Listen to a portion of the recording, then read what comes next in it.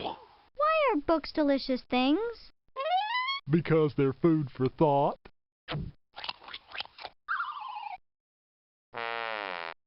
Our family has always been very passionate about the media we consume, down to having full-blown debates in the kitchen at like 3 a.m., waking up my grandma.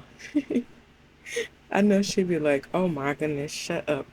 It's funny because me and my sister have a very similar um, opinions on media. Like we have very similar tastes in media, and our brother has like a completely opposite view. So we get into more arguments than me and my sister do for sure. And we'd be looking like the Berenstein Bears gonna fight or something, just glaring at each other as we both express our different opinions. And this is just how we work through our our feelings and our thoughts on media. It comes across like real life arguments, but it's just how we work through it. We've always been like that. Well, one day we were having a conversation and it was really an argument. And he mentioned that what I was doing was killing off the author, right? Because I was basically telling him that the thing that the author said, I didn't want to hear it. Outside of the story, what the author said, I did not want to hear it at all. It didn't make any sense, and I was upset that he was even trying to make me listen to it. Well, I disagreed that I was killing off the author, but the way that our brains work, I had to go look up Death of the Author for myself to get the full literary scope, right?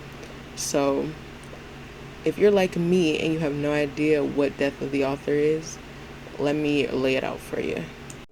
So, Googling Death of the Author actually tells me that it's a literary theory developed in an essay by one Roland Barthes. And I actually thought that was very interesting because I had no idea about his essay, which I probably will read at some point now that I'm now curious. But what it boils down to is that the theory says that the meaning of the text is determined by the reader's interpretation rather than the author's intention, meaning that the reader gets to decide what the piece means based on what they read, and the author should not be looked to for any clarifying details. They should give us the art and shut the heck up, which personally I disagree with. My problem with the use of Death of the Author as a statement is that it is used to quiet those who have different opinions from authors. And that is what we started arguing about in the kitchen on that fateful day. Because one thing you guys don't know about me is that I am an author. So I do know the struggle. And I do understand that being criticized is kind of rough, you know what I mean? But when I go and I talk about media with others, I'm not there to like tear you down. I try to give the most constructive criticism possible, even if it comes off harsh. And I'm willing to take that same level of criticism from others. So when I try to deliver any criticism and it's taken as, oh, you're a hater, or oh, you don't know what you're talking about because like, do you even write? You know what I mean? It's a little bit annoying, and I think that it's even more so annoying when you meet the people who decided that they're like smarter, you know what I mean? And they know all the terms for the literary devices, and they're going to destroy you with their argument because we don't really get anywhere in that sense. And the author learns nothing. Like when you, as a fan, try to quiet criticism, you're not helping the author to grow at all. If somebody comes in and they're just like making personal attacks, I can understand you being like, that's not very nice. But if somebody comes in and they make genuine critiques on a piece of media, I believe that they should be able to do that. Now, Let me tell you exactly where I think authors stand in the story.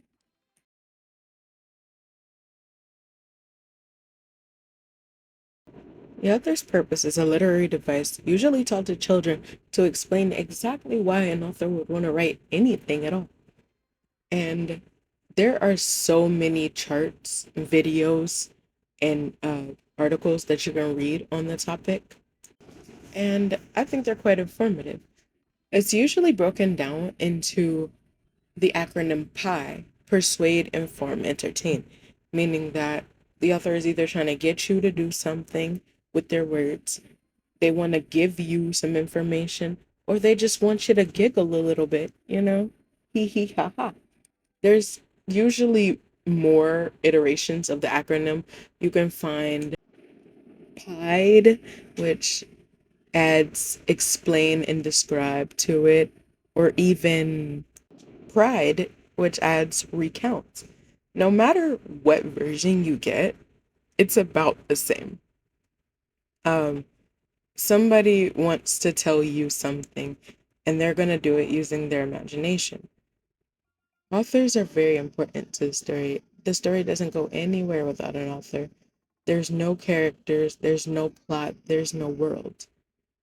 So I believe that we should listen to what they have to say on matters involving what they wrote. So this isn't a set in stone thing for me because I believe that there is a time when the author should not be listened to. When the author has clear direction in their story, it's so much easier to follow them.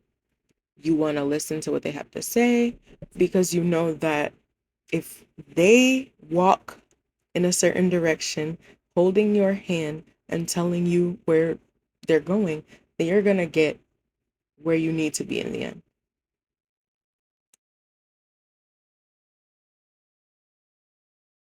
The exception to me for authors that we need to listen to are the ones who take their previous writing as like a suggestion, who have no clear cut understanding or direction in their writing.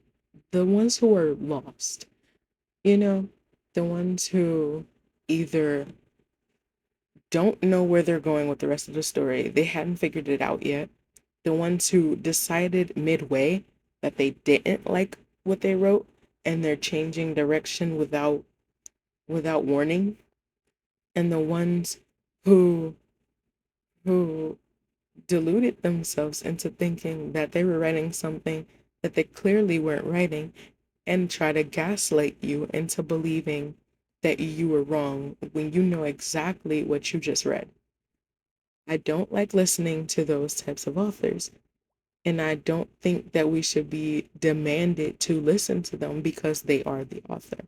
I believe that we should be able to make our own decisions as to what pieces um,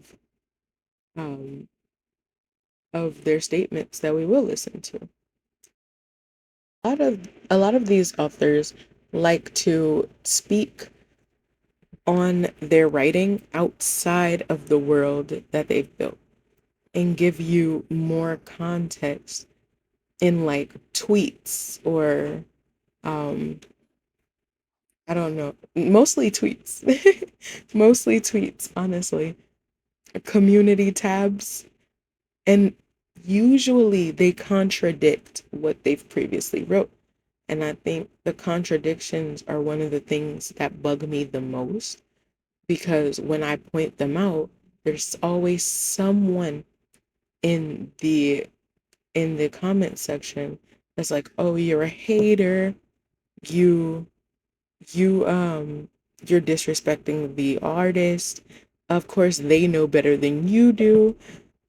And I'm sitting here like, I'm a fan just as much as you, or else I wouldn't have been here.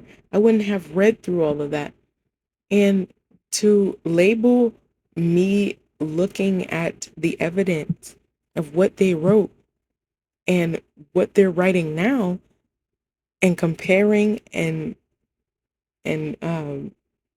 basically just making my points, as hating is absurd, and I absolutely despise that way of thinking.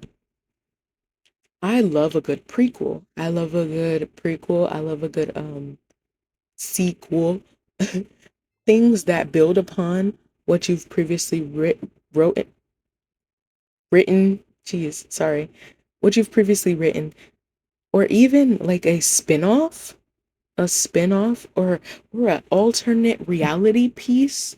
All of these things where you're building off of something you previously written make perfect sense. But when I sit back and I've read your previously written pieces where you're like, Annabelle's hair flowed down her back and it was scarlet. And then I go to your next chapter and Annabelle's hair is at her shoulders and it's blue. And you tell me in your community tab that no, her hair has always been blue and shoulder length. Like I did not just read that it was scarlet and waist length. I don't want to hear what you have to say anymore. You're a liar.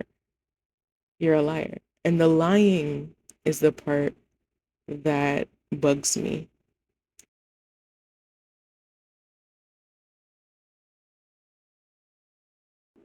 I think sometimes as artists, we look at our art after a while and we go, ugh, this looks terrible.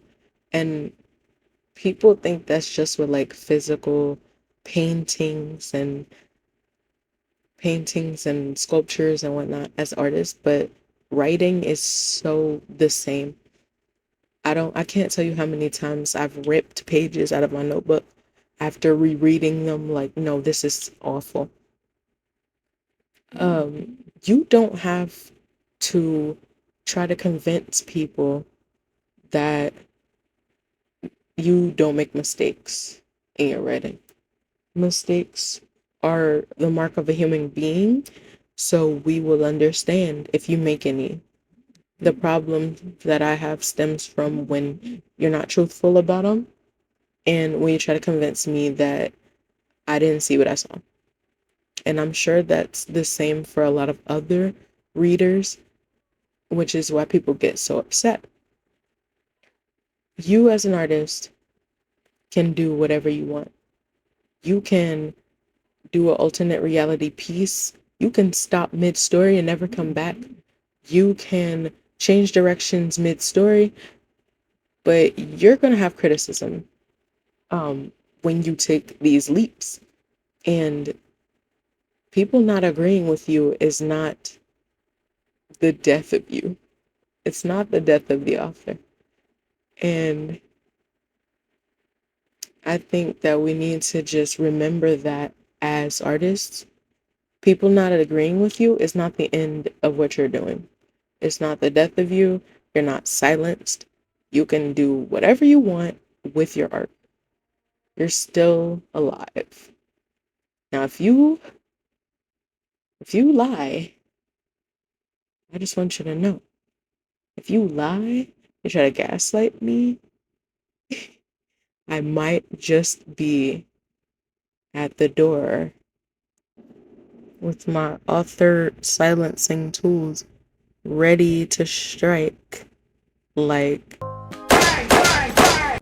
no, I'm just joking. My author silencing tools are much more verbal. Anyway, I appreciate you guys sitting through this with me and taking the time to chat. Leave your thoughts and comments in the comment section where they belong.